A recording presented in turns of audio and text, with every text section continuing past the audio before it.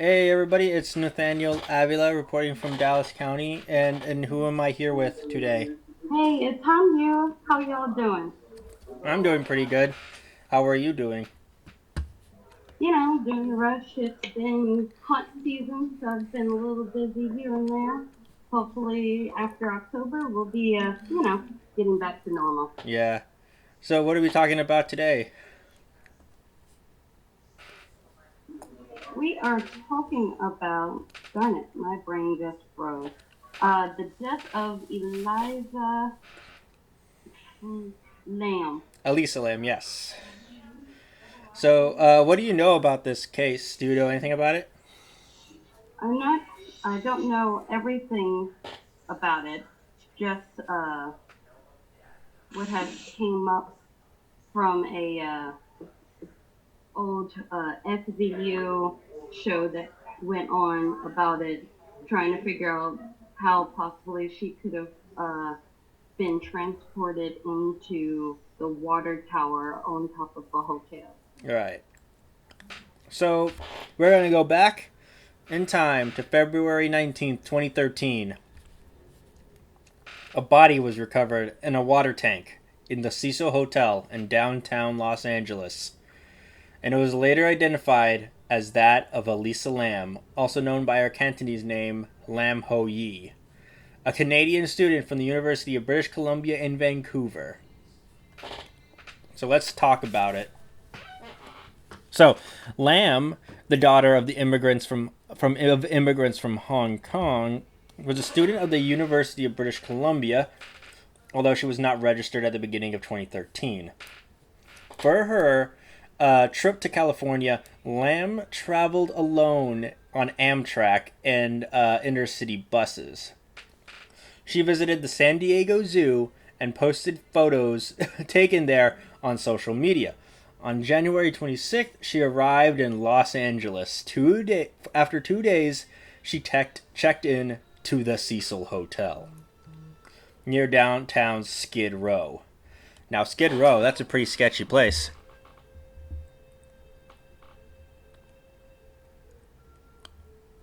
Is that a very sketchy place? Since I'm not familiar with such things. Oh, and like Skid Row is like it's like a really like it's like filled with like homeless people and stuff. That's basically what it is. It's like a lot of tents over there. Interesting. Okay, fair enough. Continue on.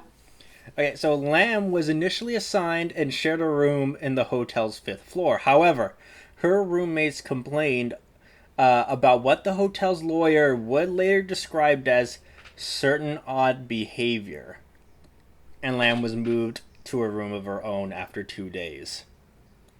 So, what do you think about that? Well, that's kind of interesting to have odd behavior happening when you're just getting into where you have to be, and everyone doesn't want to be your friend in a strange country Mm-hmm. where you're not familiar with. It's not straight. It's America. Canada, and America are basically the same thing. Well, Canada's a little bit nicer, though. Okay. So, built as a business hotel in the 1920s, the Cecil faced significant financial difficulties during the Great Depression in the 1930s and never recaptured its original market as the neighborhood around it eventually decayed in later decades. Several of Los Angeles' more notable murders have happened at or have connections to the hotel, such as in 1964, Goldie Osgood, aka the Pigeon Lady of Pershing Square, was raped and murdered in her room at the Cecil, a crime that has never been solved. And also, serial killers like Jank Unterwenger and Richard Ramirez, aka the Night Stalker, both resided in the Cecil while they were active.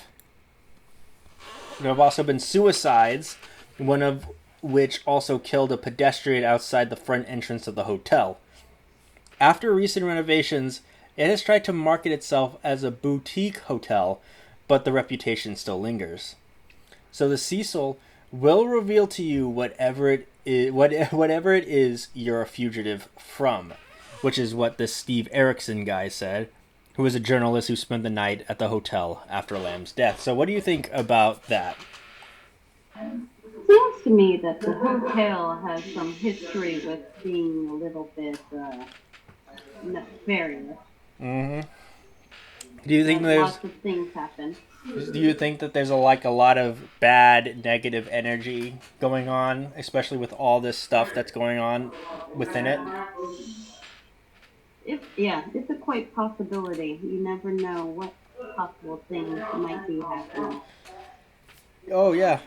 So Lamb had been diagnosed with bipolar disorder and depression.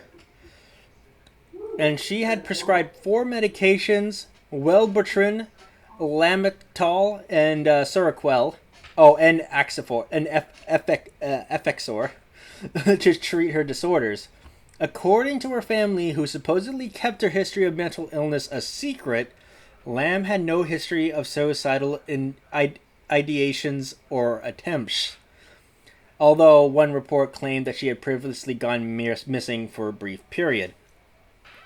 In mid-2010, Lamb began a blog named Ether Fields on Blogspot. After the next 2 years, she posted pictures of models in fashionable clothing and accounts of her life, particularly her struggle with mental illness. So what do you think about that? About Elisa Lam having bipolar disorder? I mean, it's quite a possibility with anything nowadays. So, I mean, if he's not focusing on getting help that he needs, then of course he's going to direct that focus to something totally different. And there's no telling where that focus went. Right. So, do you think that might have played a part in her death?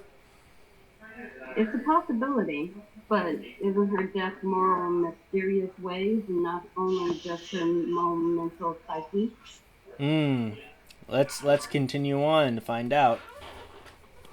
So, in a January 2012 post, Lamb lamented that a relapse at the start of the current school term had forced her to drop several classes, leaving her feeling so utterly directionless and lost.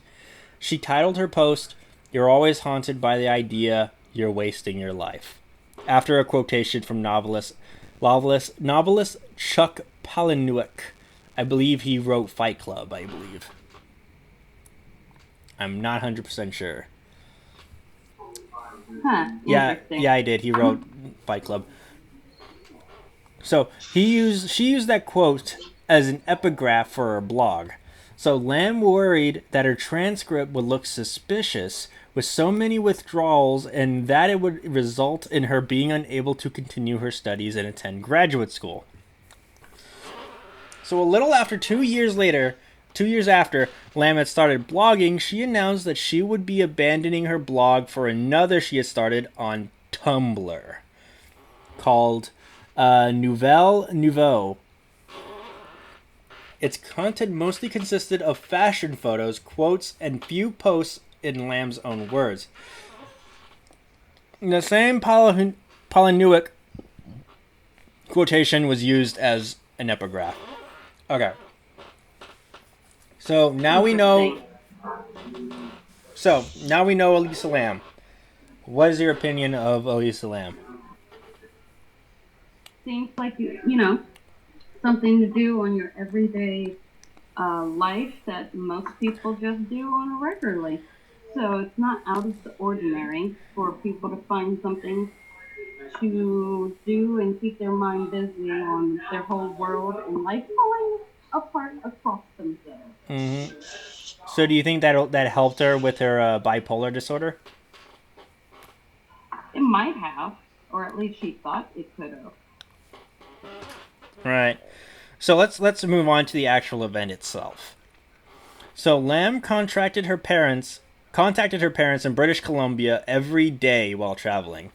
On February 1st, 2013, the day she was scheduled to check out of the Cecil and leave for Santa Cruz, her parents did not hear from her and called the Los Angeles Police Department.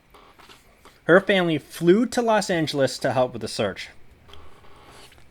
Hotel staff who saw Lam that day said she was alone. Outside the hotel, Katie Orphan, manager of a nearby bookstore, was the only person who recalled seeing her that day. This is what she has to say. So she was outgoing, very lively, very friendly, while getting gifts to take home to her family, which is what Orphan told to CNN. She was talking about what book she was getting and whether or not she was getting would be too heavy for her to carry around as she traveled. So police searched the hotel to the extent that they legally could. So they searched Lam's room and had dogs go through the building, including the rooftop, but the dogs were unsuccessful in detecting her scent. But we didn't search every room, which is what Sergeant LaRuby Lopez said later.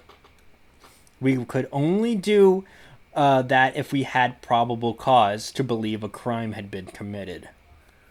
On February 6th, a week after Lam had last been seen, the LAPD decided more help was needed. Flyers with her image was posted in the neighborhood and online, and it brought the case to the public's attention through the media. So what do you think about that whole thing? So the police, the LAPD, searched the roof, but they didn't find anything. What made you why did they find anything? Well, if they're just searching the roof, of course they're not searching in things that don't need to be searched with. Who would think to search the water tower for the hotel? Like, who in their right mind would even think about doing that? But they had dogs. Shouldn't the dogs be able to smell her in the water tank? No. So the thing is with water tank and the way dogs smell is it depends on where she is. Oh. If she's floating at the top and they can only smell the bottom, they're not going to smell her at all. Very interesting. So you think they just brushed over the water tank and decided they didn't need to search in there? I don't think they necessarily brushed off the water tank. I think they just, it wasn't something that you would think about searching. Like, who would go and be like, we're searching for a missing person. Now, it's already been past 3 days, so we know that person's not alive. So where could she have gone from there to be searched for? It's like, what parks? I'm pretty sure they probably did any nearby surroundings of parks and places nearby than to just, hey, water tower. That's the thing that's on the hotel. First off, who goes up? Like, people go up to the roof. Yeah, that's no big deal. Lots of people kind of go up to the roof to get fresh air and things like that, to get away from people and breathe. Right. But who in their right mind would just climb the top of a water tower so that they can think? Maybe she wasn't in her right mind. Well, yeah, she was in her right mind. But the thing is that her bipolar isn't going to be the thing that caused her to just think in that type of box. Well, what would have caused it? Something else had to be a trigger. What would that be? Well, that's what we're here to find out, or suggest or assume, because it is paranormal to get in there, and there's no necessarily easy way for any human being to get in there. Like, if the lock hadn't been jiggled or been actually accessed, or if there's a lock on the place anyway, I mean, who's going to be thinking about that? Well, that maybe means something had to scare her, or in the freaky terms, transport her to such length. Right. Maybe the answer resides in the elevator. So let's talk about the infamous elevator video. So on February 15th, another week with no sign of Lam, the LAPD released a video of the last known sighting of her taken in one of the Cecil's elevators by its video surveillance camera on February 1st. In approximately 2.5 minutes of footage, Lam alone makes unusual moves and gestures, leaving the elevator at one point while its doors remain open. Even after she appears to have pressed every button. When the doors fail to close after she returns, she leaves and the doors close later. So let's look at it. You ready to watch it? Yeah, let's do it. Okay. Here it is.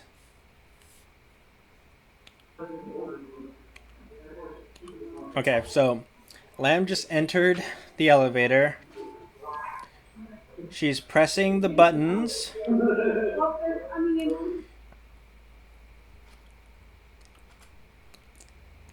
Now she's just standing there.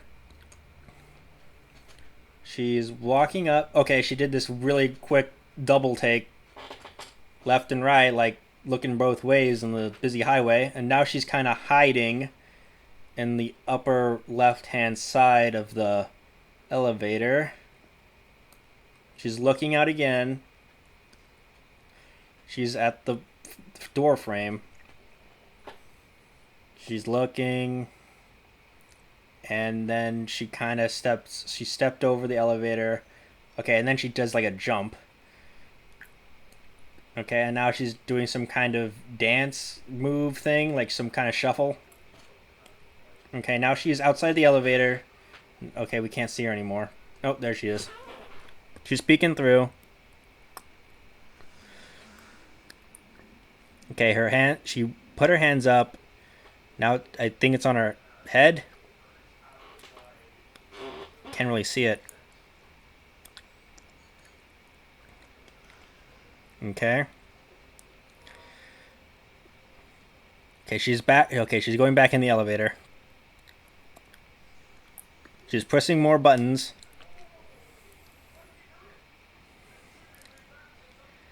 Alright, she's pressing all of the buttons.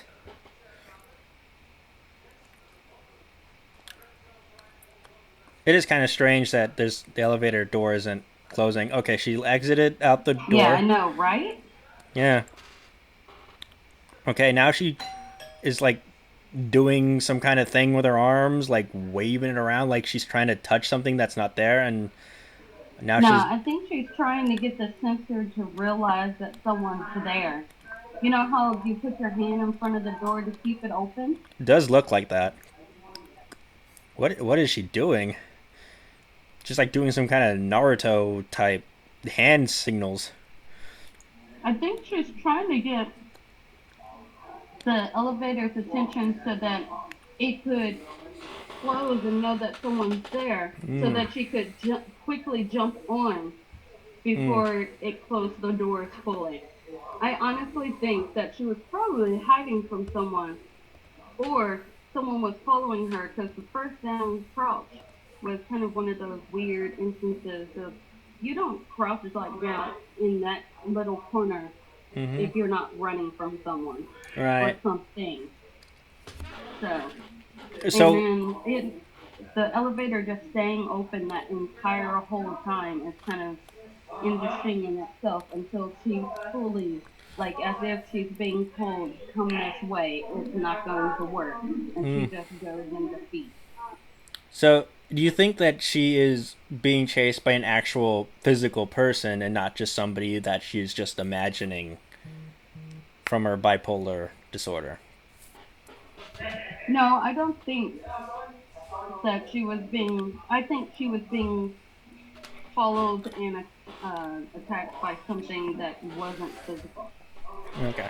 She might have been able to see it, but I don't think it was part of her bipolar disorder image. We didn't see anybody else. We didn't see anybody else in the video. It's just her. Yes, but that's what it wants. It's kind of one of those things in any movie or cartoon where something comes to either the hero or the villain. Mm. Actually, Battlestar Galactica is a good example, where Gaius is being followed by uh, the blonde Cylon in his mind frame, and only he can see her. Okay. And he goes and has conversations and things. And sometimes when other people come into the room, she disappears, and he can focus on them. So it's one of those. I feel like only she or that entity only wants her to see that thing. Oh, so you think this is paranormal? Like it's a ghost of some kind. Ghost, poltergeist, banshee. There's so many different Banshees. types, and with her being uh, from an eastern country, some of their beliefs are slightly different from us. So Yeah. it could be an oni, I a think she's from demon, Vancouver, but yeah. any other type of entity that is of bad luck or bad karma in their land. So Mm. she's possibly, just because she came to America to study, could have done it without one of her family members' approval, Mm. which in honor and things like that is very high in those folks that have Asian lineage. Okay. Is That that there's yeah? oh, that depending on who is the head of the family, gives you permission on who you marry, who you go see, what you do, especially to girls, because unfortunately, girls don't always have a lot of rules to follow by. Mm. They have to follow certain rules, and they can't go in on their stuff. Right. So,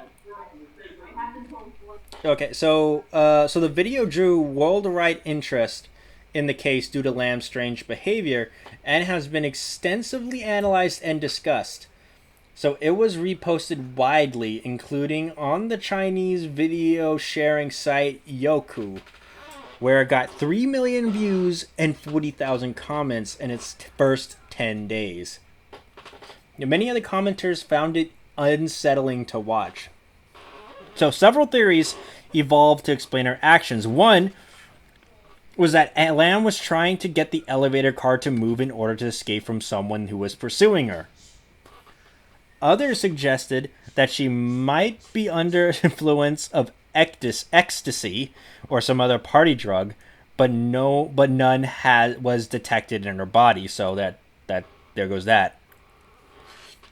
So when her bipolar disorder became known, a theory that she was having a psychotic episode also emerged. So what do you think? Pursuing her or a psychotic episode?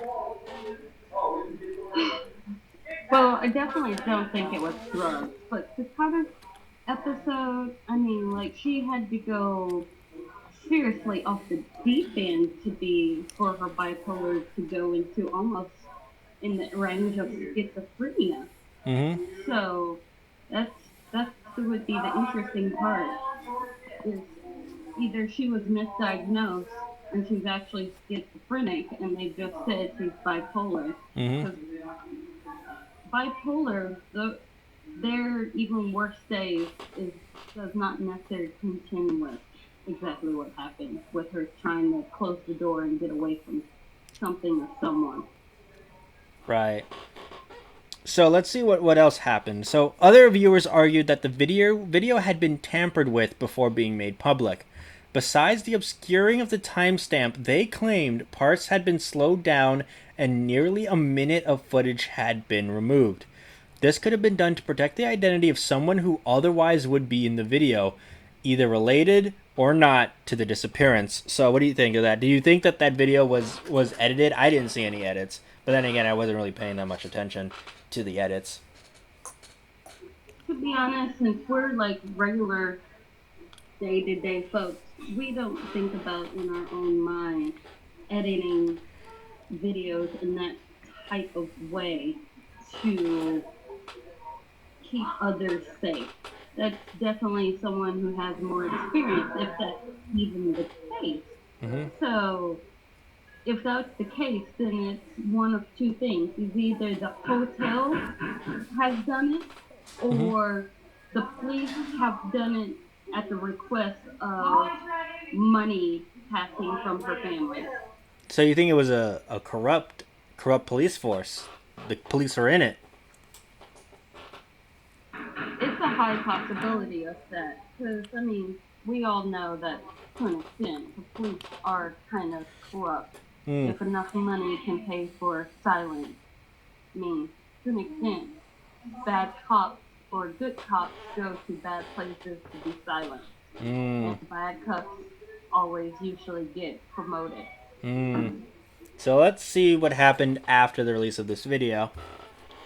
So, during the search for Lam, guests at the hotel began complaining about low water pressure. Some later claimed that the water was colored black and had an unusual taste. So on the morning of February 19th, Santiago Lopez, a hotel maintenance worker, found Lam's body in one of 4 1,000-gallon tanks located in the roof, providing water to the guest rooms, a kitchen, and a coffee shop. Although through the open hatch, he saw Lam laying face up in the water. So the tank was drained and cut open since its maintenance hatch was too small to accommodate equipment needed to remove Lam's body. So on February 21st, the Los Angeles Coroner's Office issued a finding of accidental drowning with bipolar disorder as a significant factor. The full coroner's report, released in June, stated that Lam's body had been found naked. Clothing similar to what she was wearing in the elevator video was floating in the water, coated with a sand-like particulate. And her watch and room key were also found with her. So what do you think about that? Do you believe with the coroner it was accidental drowning due to bipolar disorder? Oh, I definitely believe the drowning portion. Okay. Accidental, that's still questionable. And isn't that why we're here, to figure out, is it accidental or was she pushed? Mm-hmm. So this Lopez guy said that the hatch was open when he found her. It was already open. So what do you think about that? I mean, opened or not, that means she either opened it or some other thing or being opened it for her. So, the thing I think is more interesting is if it's an accident and someone falls into anything, when you fall face forward. That is true. And she was found face up. Yep. Found face up. Even if possibility of her still being alive when she came, to be honest, even with this slight push, depending on who's doing the thing, I mean, yeah, if you are still conscious and alive and you're trying to fight, the thing is, wouldn't she have at least been somewhere trying to fight so that she can get out? Wouldn't be out in the open for you to look down from the door and see them face first. Alright, so Lam's body was moderately decomposed and bloated. It was mostly greenish, with some marbling evident on the abdomen and skin separation evident. There was no evidence of physical trauma, sexual assault, or suicide. Toxicology tests showed traces consistent with prescription medication found among her belongings, plus non-prescription drugs such as Sinutab and ibuprofen.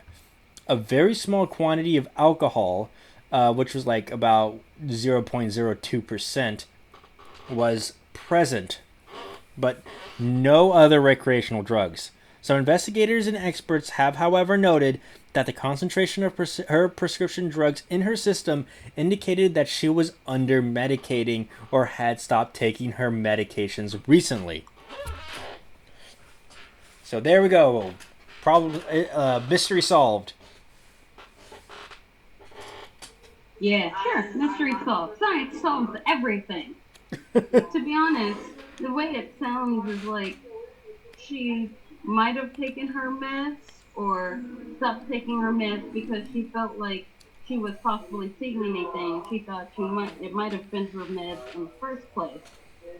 Ibuprofen, headaches, or something of discomfort was really getting to her and bothering her, Mm-hmm. and she thought it was possibly the meds. I mean, if your meds aren't working or you're starting to see things that you're not usually see when on your meds, wouldn't you stop taking them just so you can see if it's the meds or I not? I suppose I never gotten to that point, but I guess So it's if always if your possible. meds aren't behaving like it has in the past, would you continue taking your meds or would you stop because then they're not doing what they're supposed to be doing? Well, it's definitely a possibility. I personally would just ask my doctor, but she was in Los Angeles at the time, so probably couldn't get a True. hold of her. I mean, but sometimes doctors can easily talk to people on the phone and stuff Oh yeah. to figure out things, and they can then send a note to their office to call the pharmacy that has permission for that to happen. Mm-hmm. So, So the investigation had determined how Lamb died, but did not initially offer an explanation as to how she got into the tank in the first place. So that's still a mystery. So doors and stairs that access the hotel's roof were locked, with only staff having the passcodes and keys, and any attempt to force them would supposedly have triggered would have triggered an alarm. The hotel's fire escape could have allowed her to bypass those security measures, and her scent trail was lost near a window that connected to it. So, there's that. So, a video posted to the internet after Lamb's death showed that the hotel's roof was easily accessible via a fire escape, and that two of the lids in the water tanks were open. So that's how she probably got to the roof. So, apart from the yes. question, But that doesn't explain what happens if they lost her scent going up the fire escape. The thing is like dog sniff is better than humans, and even if they smelt it going up the fire escape, they would have pointed up so that they knew that it needed to go up. Losing it outside the window and not catching it on the fire escape at all, going up towards the roof, is a mystery in and of itself, which pretty much almost says that she got there in some other means. right. So, apart from the question of how she got on the roof, others asked that if she could have gotten into the tank by herself. All four tanks were 4 by 8 foot cylinders propped on concrete blocks. There was no fixed access to them, and hotel workers had to use a ladder to look at the water. They were protected by heavy lids that would be difficult to replace from within. So the hotel employee who found the body said that the lid was open at the time, removing the issue of how she could have closed the lid from inside. Police dogs that searched through the hotel for Lamb, even on the roof shortly after her disappearance was noted, did not find any trace of her. So theories arose pertaining to the elevator video. Some argued that she was attempting to hide from a pursuer, perhaps someone ultimately responsible for her death, while others said she was merely frustrated with the elevator's apparent malfunction. Some proponents of the theory that she was under the influence of illicit drugs were not dissuaded by their absence in the toxicology screen, suggesting that they might have been broken down during the period of time her body was decomposed in the tank, or that she might have just taken rare cocktails of such drugs that a normal screen would not detect. So the very low level of her prescription drugs in her system and the amount of pills left in her prescription bottle suggest that she was under medicating or had recently stopped taking her medication for bipolar disorder, which might have led to a psychotic episode, as we discussed before. So the autopsy report and its conclusions were also questions based on the incomplete information. For instance, it does not say what the results of the rape kit and fingernail kit were, or even if they were processed. So it also records subcutaneous pooling of blood in Lam's anal area, which some observers suggested was a sign of sexual abuse. One pathologist noted it could have resulted from bloating in the course of the body's decomposition, and her rectum was also prolapsed. Even the coroner's pathologists appeared to be ambivalent about the conclusion that Lamb's death was accidental. So, what do you think about that? Do you think she was sexually assaulted due to the blood around the butt? I don't know. Not quite sure on that one. It's a possibility, possibly not. There's so many other factors. I mean, maybe. Yeah, it sounds like that's on the line there. It sounds like people are starting to cast doubt on the autopsy report and the coroner's job conducting it. Okay, so since her death, her Tumblr blog was updated, presumably through Tumblr's queue option that allows posts to automatically publish themselves when the user is away. So her phone was not found either with her body or in her hotel room. It has been assumed that to have been stolen at around the time of her death.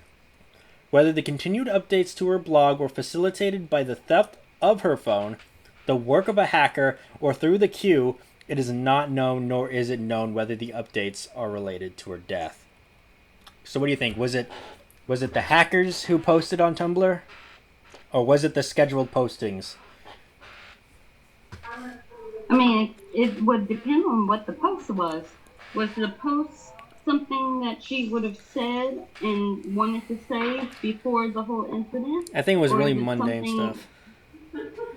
Mundane stuff? Yeah, I think it was like stuff that she would have posted anyway. So it's a possibility it was just waiting to be posted.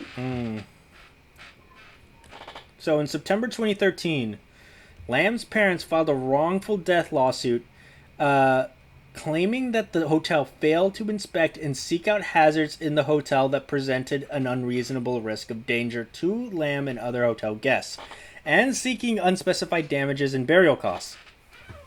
Okay, so they said they could not have reasonably foreseen that Lamb might have entered the water tank since it remained unknown how Lamb got into the water tank. No liability could be assigned for failing to prevent it. And in 2015, the suit was dismissed. So there was no justice if there was any to be had. Which is very sad to say, to be honest. Yeah. But, I mean, when you can't really present evidence, but all the evidence showed that, hey, we have these in place to keep people from doing this, but then you have this person who happens to have done it, it's kind of like, darned if you do, darned if you don't. What do we do? Mm-hmm. Oh, yeah. Let me see. So yeah, there's like a bunch of other stuff dealing with like the media coverage of it all, like the whole Dark Water connection thing, the Ghost Adventures special, the film, what is it called? The Bringing, which was uses the investigation into it as a backstory for a fictional investigating detective slowly unraveling sanity, and was rightly criticized for doing this so soon after the death because it was like the year after. And it was supposed to be made by Nicholas Winding Refn, who made Drive and Pusher and all those kind of films. So yeah, that's basically the story of the death of Elisa Lam. What are your final thoughts on it? She was running from something or someone that we couldn't see or acknowledge, and then Yeah. No worries. Sorry. But it just seems like it's kind of a sad way to go, especially since there's no way to know how she got into the water tower in the first place to pass away, since they already said that the doors in the places were heavily guarded and coded to keep people from going into such things. All right. But somehow she still ended up dying like that. So you're sticking with the paranormal theory in regards to Elisa Lam's death. I am sticking with the paranormal portion of this, that she was definitely not in her. She was seeing something that literally she ended up giving up her life for. Oh, would you ever stay a night at the Cecil Hotel? Oh yeah, totally. Okay. Would definitely stay there just so that I can get a little bit more idea of what she possibly might have gone through. Right. It's called the Stay on Main now, so they rebranded. Not really surprised by that. So yeah, that was the story of the death of Elisa Lam. Very interesting, very tragic stuff, and it's a mystery that we'll probably never know. Am I right?